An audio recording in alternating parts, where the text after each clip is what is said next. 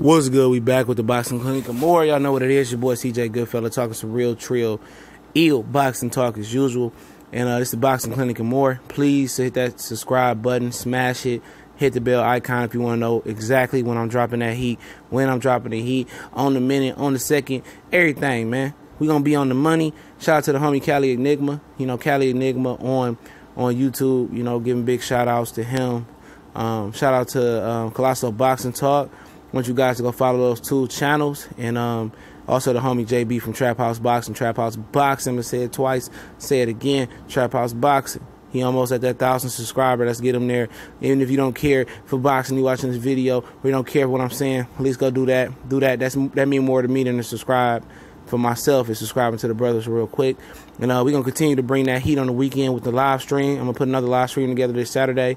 We're going to talk that real trill boxing talk, or open table committee boxing talk, but talk about Anthony Joshua and the father Barry Hearn say ultimately it'll be Anthony Joshua's decision in 7 to 10 days if he fights the Bronze Bomber, Deontay Wilder, or Jarrell Fat Baby Miller, or Alexander Povetkin. It'll be his decision. And you know, ultimately, if it's obviously his decision, ain't shit he got to sit on. If you really want to make 50 M's, you really want to touch 50 M's like you Danny Jacobs, you touching M's, you the king of boxing, you the king of heavyweight division, you going to fight Deontay Wilder, you going to take that 50 M's because Povetkin, he going to bring you the next most money. He ain't bring you 50 M's, but he bring you big money. And Miller, I mean, if you want to come over to the United States and steal some of Deontay Wilder's thunder and backdoor him, I mean, why not fight Jarrell Miller? He really don't have no power, so he really ain't no threat to you. You know, so that's just my opinion right there. But if you really want to fight Wilder, it don't take nothing to contemplate to think about. If you really want it, you already know. I'm going to take the deal. You know, apparently they said that they didn't know anything financially about the Deontay Wilder deal and didn't have no contract, but they countered the offer. And I'm pretty sure the counter offer wasn't shit compared to what Deontay Wilder offered. And people said, well, Deontay Wilder ain't never did this. Obviously, Deontay Wilder has never had an opponent that can sell like Anthony Joshua, that's charismatic like Anthony Joshua, that they can sell to the American public as a big bad monster and boost Deontay Wilder's profile by knocking this guy out, and then they can upcharge. He can start touching a lot of money. The reason Anthony Joshua was able to touch all these millions is because, you know, he's a pool in the UK, and I'm not sure that he's the big massive pool like they say he is, because if he, you know, all these people in the UK comment section or shout out to my guy Lima Farrell, that's the homie. We always go back and forth about UK in American boxing. You know, if he filling all these stadiums up, like he said on my comment section, a lot of other UK subscribers or just commenters say, "Oh, look at this. This is a real boxing venue." If he's putting all these asses in the seats, why are they breaking no live gate records over there? You know, why is Manny Pacquiao and Mayweather able to put 20,000 seats, or McGregor's able to put 18 or 20,000 seats at the T-Mobile Arena or the MGM Grand and break live gate records, and the UK ain't never up there close to breaking any live gate records with a $2 seats ass. You feel me? Sometimes you got to piece the shit together. You know, I mean, if he really touching a lot of M's, yeah, he touching some M's. At the end of the day, he was just saying that he deserved a pay raise.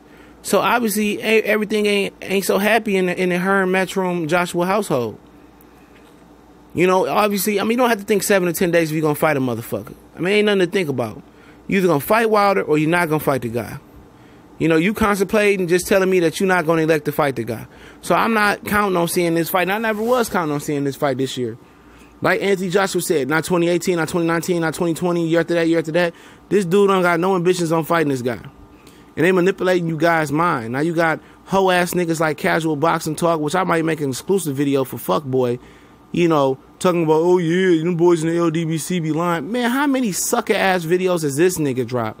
How much clickbait has this nigga dropped? How many times has this nigga came on and made a prediction and didn't want to pay up, and then, you know, make one of these fucking excuse sandwiches, you know, with triple excuses and triple more excuses on top of that, with extra excuse bread, and tell you why this didn't happen and reneged on so much shit? Cocksucker, shut up. Like Famous Athletic say, he's a cocksucker, man. And if you one of them idiots that's clicking on this video for clickbait with no real sources, man, fuck you too. You feel me? You know, I got much love for the LDBC and the YTBC. You know, it's always an issue when brothers get supporting other brothers.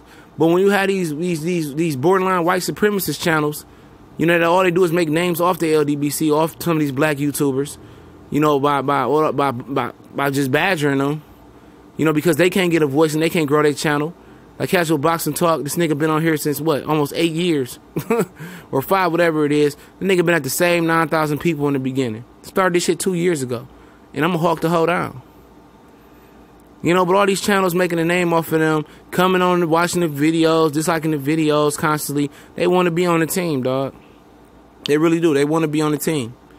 And I'm not even part of that shit, but at the end of the day, I see the hatred.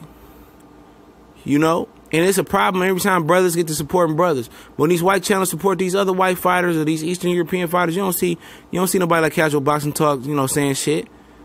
You know, but putting his thumb in his mouth and probably got something up his ass. You know what I'm saying? But at the end of the day, like I said, man, this nigga don't want to fight Anthony Joshua, and I'm just gonna keep it real with you fellas.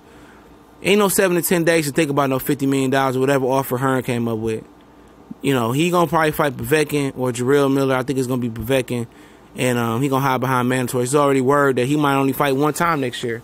So at the end of the day, when a motherfucker stop cutting back on how many times he fighting and cutting the wrists out, at the end of the day, they scared to lose. Because they know it's on the table now. And if I'm Deontay Wilder, man, let this nigga ride, man.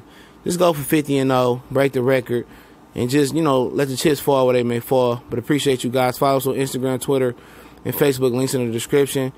Appreciate you guys. We gone.